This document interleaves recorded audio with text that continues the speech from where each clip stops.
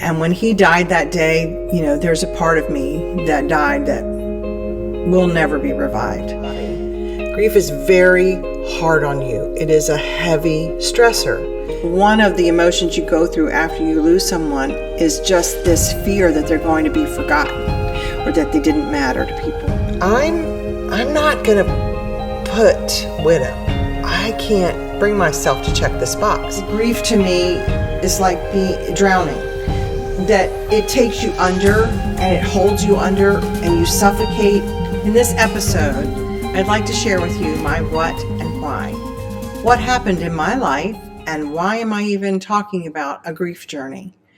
Well, let's go back to 1983 when I had graduated high school and headed to college. And when I got to college, I was going to take education at a small Bible college. I got out of the vehicle there. One of the very first people I saw was this tall fellow with curly hair, dressed nicely, and I remember thinking he was so handsome. And I remember thinking, I would like to meet him. But not only did I think I'd like to meet him, I remember the thought going through my head, I think that's the guy I'm going to marry. That sounds a little bizarre and over the top, I know, but a neat part to the story is that I later found out that Don, that fellow that I had seen, after meeting me that day, had stepped over to a fellow that he knew and said, I think I just met the girl I'm going to marry. And that was not like him. If you know him, that was not something he would say, and especially not to just a friend at college versus maybe somebody like his parents. So it was really special that both of us thought in the moments that we saw each other that, hey, this is the one. And turned out to be true. 2 weeks after we met, we had already been out on a date and knew we really liked each other. Within 2 years, we were married. And over the next 9 years, God would give us my three sons, and just a wonderful life together. It was not a perfect life by any means, but we really enjoyed being married to one another and being the parents of our three sons. We were those parents who thought, nobody can love their kids as much as we love our kids. I'm sure we all think that. But that's really how we felt. And we enjoyed time together and life together. Don started out in our marriage as a youth pastor in our church. And he was that for a while. And then he became one of the assistant pastors in the church, and then the assistant pastor. And then later he would even go on to be the pastor of the church. And he would pastor there for 13 years. At the beginning of the 13 years that Don was pastor, he had a near-death experience with congestive heart failure. And by God's grace, he allowed his EF number to improve from 18 to in the 40s over a time period with medicine and many prayers. And he lived a relatively normal life. I remember, if you fast forward all the way to right before he passed, in 2019, in that July, all of our family, our grown sons, our daughters in love, and all of our grandchildren, we went on a vacation together in Tennessee. And on that vacation, I remember noticing and just really thinking, he looked so tired, and asking him, are you okay? Are you okay? And he reassured me, I'm just tired. I'm just tired. He also was starting to limp a little, and he was having trouble with his back. And that is really not all that unusual. He had had a back injury early on, just shortly after we were married. But I could tell something, was starting to hurt him a lot more than usual. He seemed in quite a bit of pain. It kept him from doing some things, and that was not like him. So after that vacation, when we went home, we were near our anniversary. We were celebrating 34 years of marriage that August. And he said, the weekend of our anniversary, we usually get away for a day or two. He said, the weekend of our anniversary, I would really like to be at the church that Sunday night to help everybody tear down, because he had just finished overseeing a remodel of the auditorium, and everybody was so excited about it. And all the people were going to come together and just take out the pews and take out the old carpet and, do the labor to get everything cleared for the carpet layers to come in and lay carpet. And he said, I don't want to just tell the people to do it. I want to be there and do it. So can we go away for our anniversary the weekend before? Sure. So we did. And I remember on that anniversary trip also thinking, he is tired and his back was really hurting. In fact, we normally did a lot of walking on the little trips that we took to DC for our anniversary every year. And then sometimes, we'd ride the metro places and things like that. This time we took an Uber everywhere we went because he was just having that much trouble with both energy and strength. And I thought it was just all the busyness of the remodel and how much more he was carrying at that time. And so we come back from that and we come up to that Sunday night, and he stays after and he helps with the pews, helps pull up some carpet, and his back gave out all the way. By the time he got home and into the house, he said, I have done it. I have put myself over the edge. And by the next morning, he couldn't go into work and his pain was excruciating. He was not a baby. He was not a complainer, but he said, this is incredible pain and more like nerve pain. It was a burning and just on fire. So we got a hold of doctors. He went into the doctor and the doctor said, you have a pacemaker defibrillator. And by the way, he had that put in soon after his bout with congestive heart failure. But the doctor said, you need to have a myelogram done. We cannot do an MRI on you because of the magnetic field. And so Don said, well, I can't have a myelogram done. He had had one of those years before when that's how they did find out what was wrong with your back. And he had had an allergic reaction to the dye that they had used. And he said, I can't do this. And the doctor said, oh, no, actually, this is really our only choice to get in there and see what's going on. And when you're talking about nerve pain, I can't chance going in there with a needle and not knowing what's going on. And so he said, what we'll do is we'll give you mega doses of steroid and we'll make sure that, to keep any reaction down to a minimum. So that's exactly what they did. They did a myelogram. They had given him the steroids. They'd already had him on some steroids for just to shrink swelling in general in the area. And then they put him on a megadose of steroids for this procedure. Then while they were in there, they were able to see what was going on. Basically, they described it as a disc in his back was leaking fluid and also, pressing on a nerve. And so they were able, while they were in there, to insert a needle and try to really target the area and put in more steroids. So he spent on all these steroids, which, just kind of weakens your system anyway. And in addition to that, I should say that he was taking pain meds and the big guns, the biggest, the narcotics, the ones that you're warned about and you're afraid that, you'll get addicted to. So we had talked about that. We were watching that very closely. And probably within a week or two after these procedures with the needle and the steroid and so forth, they were working. Don's back was getting better. He was able to move from having to sleep in a recliner to being able to sleep in a bed again. And he was able to get around a little bit. He was even able to speak at the church in one of the services, leaning against a stool.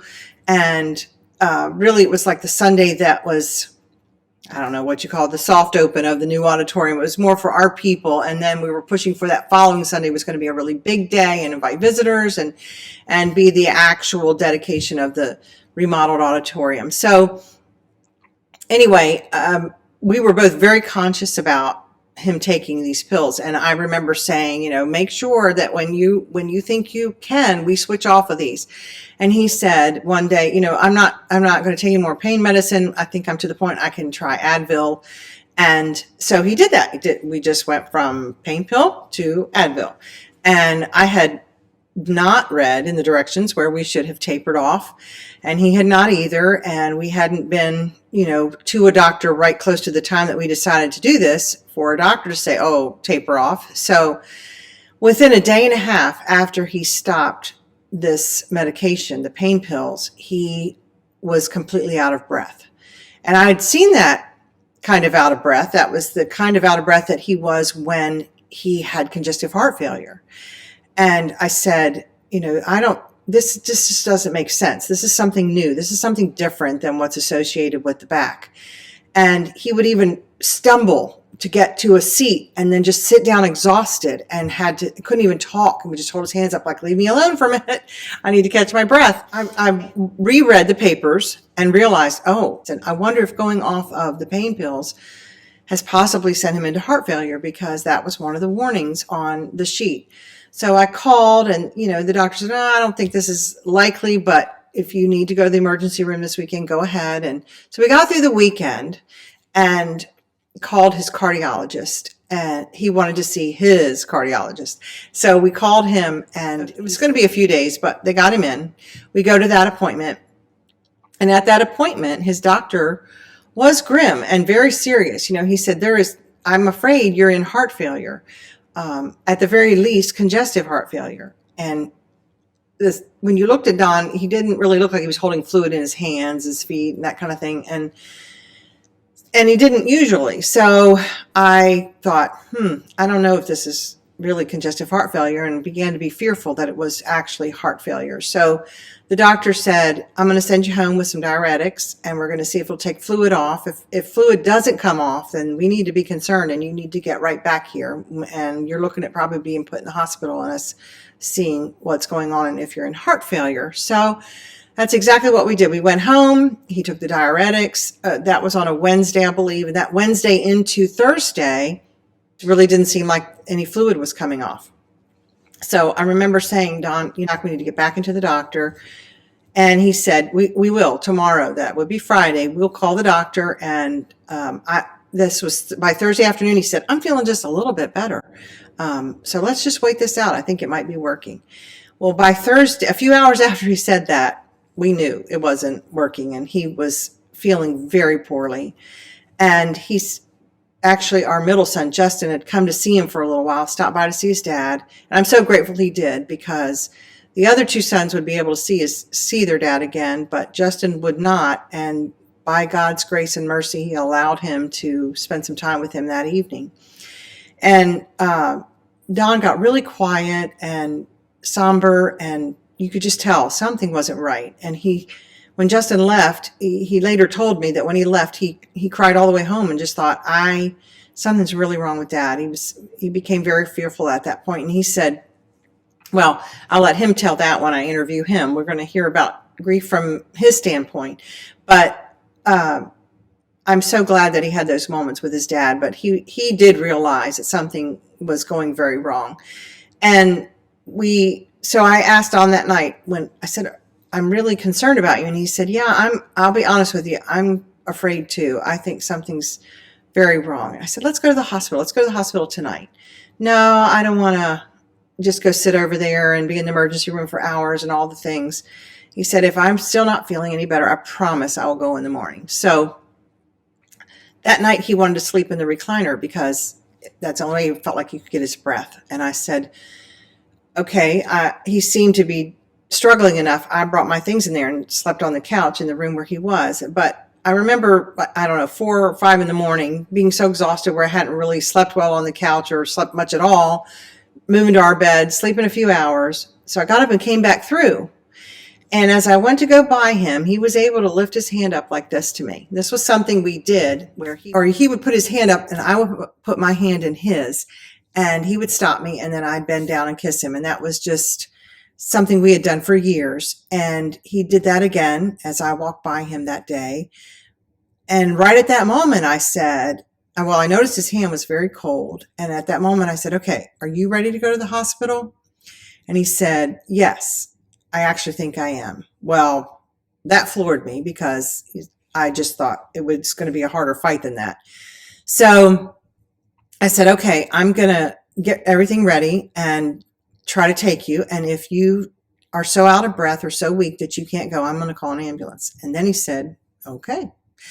That was my next clue that something was, that he was more serious than I had at first anticipated. And so I texted my sons and just said, if I'm going to take Dad to the hospital, and if I can get him there, we'll go in the car. But if he really I can't get him to the car, I'm going to call an ambulance. Well, in minutes, the oldest son, Jamie, he was there. He only lived about a minute away, and he came straight there. And then our youngest son, John, who was working across town, came right from work. And as I said earlier, the two of them were able to see him for a few minutes that morning, which again, I'm so thankful for. And I will interview them and talk about some of their grief and what they went through, because they were actually there when Don passed away. And so we go through saying, we decide he's very weak and out of breath. We call an ambulance, and they get there. They have a stretcher on the front porch, and he's about 10 steps away, sitting on this decorative pew thing we had in the entranceway. And they say, he was a big guy, and so they ask him, is there any way you can get from the pew to the stretcher? And then we'll put you on the stretcher and take you in the ambulance. And he said, I really don't think I can. And at that moment, I just remember thinking, oh, wow, okay. But I still thought, to be honest, we just got to get him to the hospital. I think he even said, said something to him like, just hang in there. We're going to get you to the hospital. They're going to run tests. We'll find out what's going on. They're going to help us. And the next thing they did when he said he couldn't make it to the stretcher, they brought in this chair on wheels, similar to a wheelchair, but they put it right beside where he was sitting. And they said, can you go from here, the pew, just to this chair? Can you just stand up, let us turn you and put you in the chair? And he did. And when he stood up, that was the moment. As he positioned himself in front of that chair, and my son, Jamie, had his arms out and under his dad's arms from the front, and the EMT worker was behind him and supporting him from the back, right then and there, he left this world and went into glory. And I was watching him, and I remember seeing, it wasn't literally a ripple, but it was like there was a ripple. It was like you saw all the life leave his body. And I guess I feared that he was passing, but I still thought maybe he was passing out. My son said, Dad, stay with us. And I remember standing beside him, coming over, closer to him, and then saying to the EMT worker, can you help him, please? Can we help him? Because we were just all standing there. It seemed like forever. I'm sure it was only a second, but we worked together to lower him to the floor. And then he started doing work on him.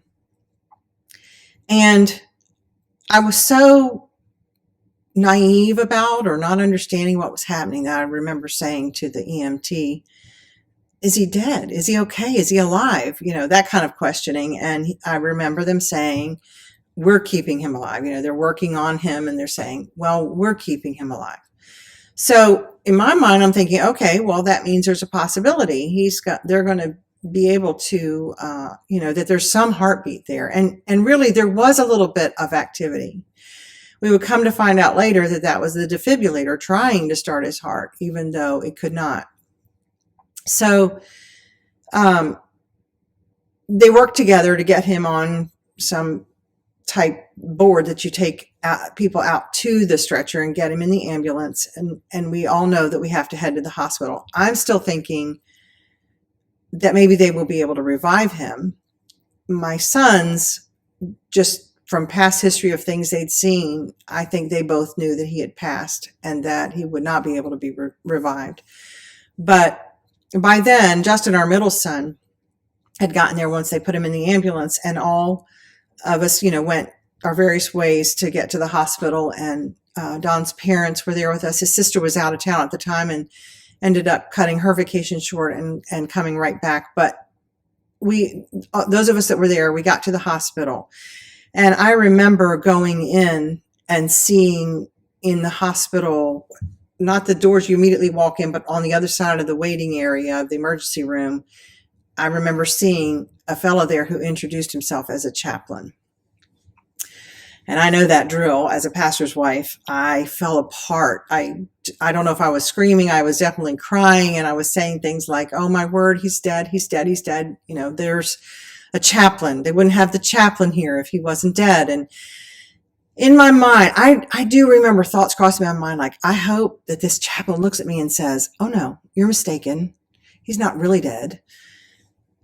We revived him, but he didn't. And then they took us to a room, and, all of that is foggy. We can talk about that at another time, but, we went through the events. where they told us they had done all that they could and that he had passed. And the truth is, he passed there at our home. We saw him pass. We saw the life leave his body. We saw the moment he went to be with Jesus. And in fact, you know, that motion I told you that he makes where he stuck his hand up and he would grab mine. He did that motion at the moment that life left his body. And I just have to say, you know, I wonder if that's him grabbing the hand of Jesus or the angel, you know, that escorted him over into glory. I don't know. You know, in the humor of it, it's probably was his defibrillator sending that arm in the air. But for me, it's a comfort that perhaps he was doing that same thing he had done to me for years and just reaching out to grab the hand of Jesus and be taken right over into heaven. But anyway, to come back to the grief part of it, that is what started my grief journey, was losing the love of my life that I had been married to for 34 years, that I had worked side by side in ministry and had reared sons with. And we were interwoven in just every way as one. And when he died that day, you know, there's a part of me that died that will never be revived. And I know grief is endless. It goes on, but there is a path of healing, continual healing. I won't say you're healed from it. I don't want it to sound like you ever really stop grieving, but there is a path where you unpack that grief and you deal with it and you get better at going forward in life, is how I should say it. And that's what I want our episodes to be about. I'm going to tell you in some episodes some things that happened surrounding my grief, but I'm also going to interview people, and that will be the biggest part of it. I'll interview person after person, and we'll discuss grief from all different angles, whether it's losing a father or a mother or a sister or a brother or a close friend or a child or your mate, your fiance. You know, there's so many ways that grief can enter your life. There's also other instances like having a miscarriage or being told you will never have children, or children growing up and leaving your home, or someone close to you moving far away. Grief can be what you go through after a divorce, or a child experiencing grief because the parents are divorcing. And there are just so many facets that we could talk about and hear from people. And as we have these discussions, it will help all of us. It will help the person talking to discuss their grief and to go through it and unpack it some. It will also help you as the listener to realize you're not alone and you don't have to go through this alone, that there are other people experiencing what you feel like must be the most horrific thing you've ever been through. And so I just want you to find something that you can resonate with, find some comfort, just find some validation in hearing other people talk about things that are similar to what you're going through. And so I hope you'll come with me on this grief journey. It's heavy and it's hard, but there's also some hope and some joy and even some humor along the way. And I look forward to sharing this time with you and going on this journey with you.